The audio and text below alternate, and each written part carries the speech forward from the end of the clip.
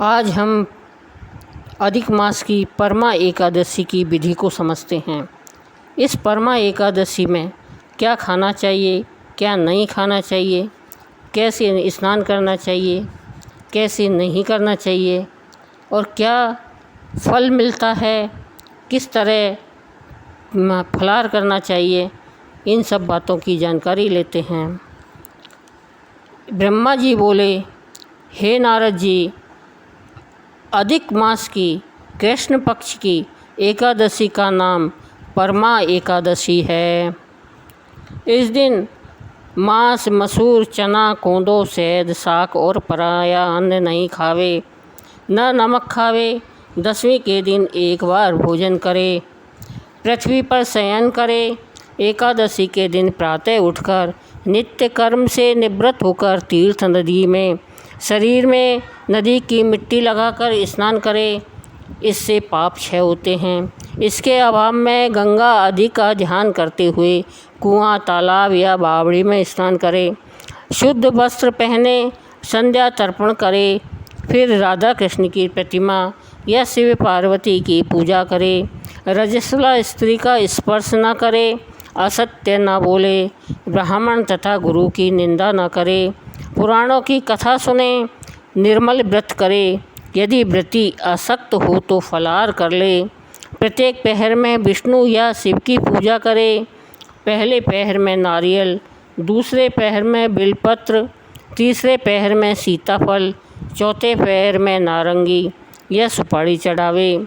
इसमें जागरण से पहले पहर में अग्निष्टोम होम यज्ञ का, दूसरे में वाजपेय यज्ञ का, तीसरे में अश्वमेघ यज्ञ का और चौथे में राजसूय यज्ञ का फल प्राप्त होता है। इसके समान ना कोई यज्ञ है, ना विद्या है, ना तप है, ना पुण्य है। इस प्रकार जागरण करना चाहिए। तत्पश्चात द्वादशी को स्नान आदि से निवृत्त हो ब्राह्मणों को भोजन कराकर दक्षिणा देकर विदा करें। अधिक मास के शुक्ल पक्ष की भी यही विधि है। अब अधिक मास की परमा एकादशी की कथा को सुनते हैं। बोलो श्री कृष्ण भगवान की जय।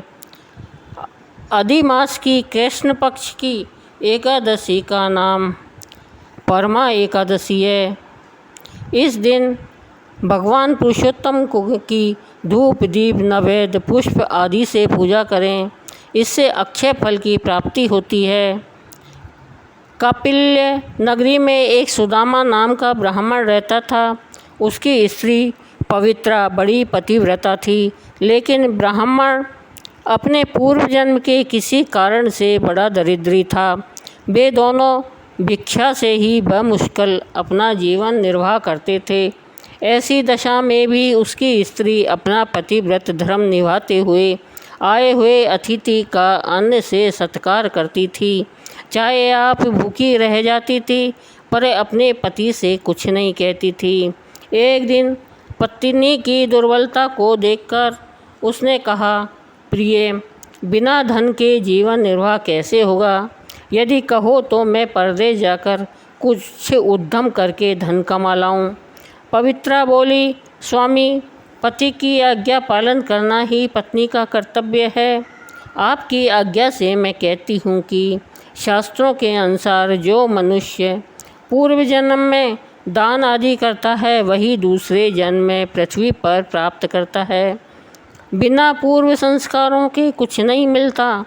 मेरी समझ में आप यहीं रहकर उद्यम करें। मुझसे आपका वियोग भी ना सहा जाएगा, क्योंकि बिना पति के माता, पिता, भाई, सास, ससुर आदि कुटुंबीजन व रिश्तेदार स्त्री को कुदृष्टि से देखते हैं। अतः आप यहीं रहे, भाग्य से सब कुछ मिलेगा। पत्नी की बात सुनकर वह वहीं रहने लगा। एक दिन उनके घर कौंडिन्य मुनि आए।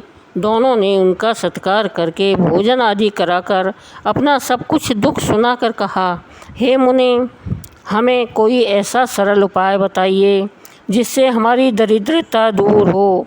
मुनि ने कहा, हे पवित्रे, तुम दोनों अधिमास की कृष्ण पक्ष की परमा एकादशी का व्रत करो, जिससे तुम्हारे सब दुख, दारिद्र्य, रोग, पराजय व पाप नष्ट हो जाएंगे। इसी के प्रभाव से शिवजी ने कुमेर को धनपति बना दिया। राजा हरिश्चंद्र को पुत्र, पत्नी और राज्य पुनः प्राप्त हुआ।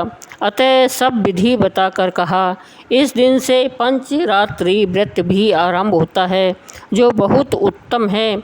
इसी एकादशी से शुरू कर जो 5 दिन तक निर्जल रहता है, वह सकुटुम्ब स्वर्ग को जाता है।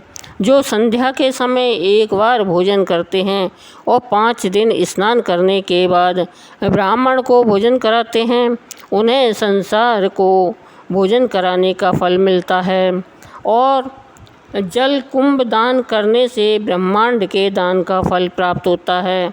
तिल पात्र दान करने से तिलों की संख्या के बराबर, और घृत पात्र दान करने से स्वर्ण वह स्वर्ग का सुख भोगता है। ऐसा करने से तुम दोनों समस्त सिद्धियों को प्राप्त कर अंत में स्वर्ग को प्राप्त होंगे। मुनि के बताए अनुसार वे दोनों विधि पूर्वक व्रत करके सब सुख भोग कर अंत में स्वर्ग को गए। बोलो पुरुषोत्तम भगवान की जय।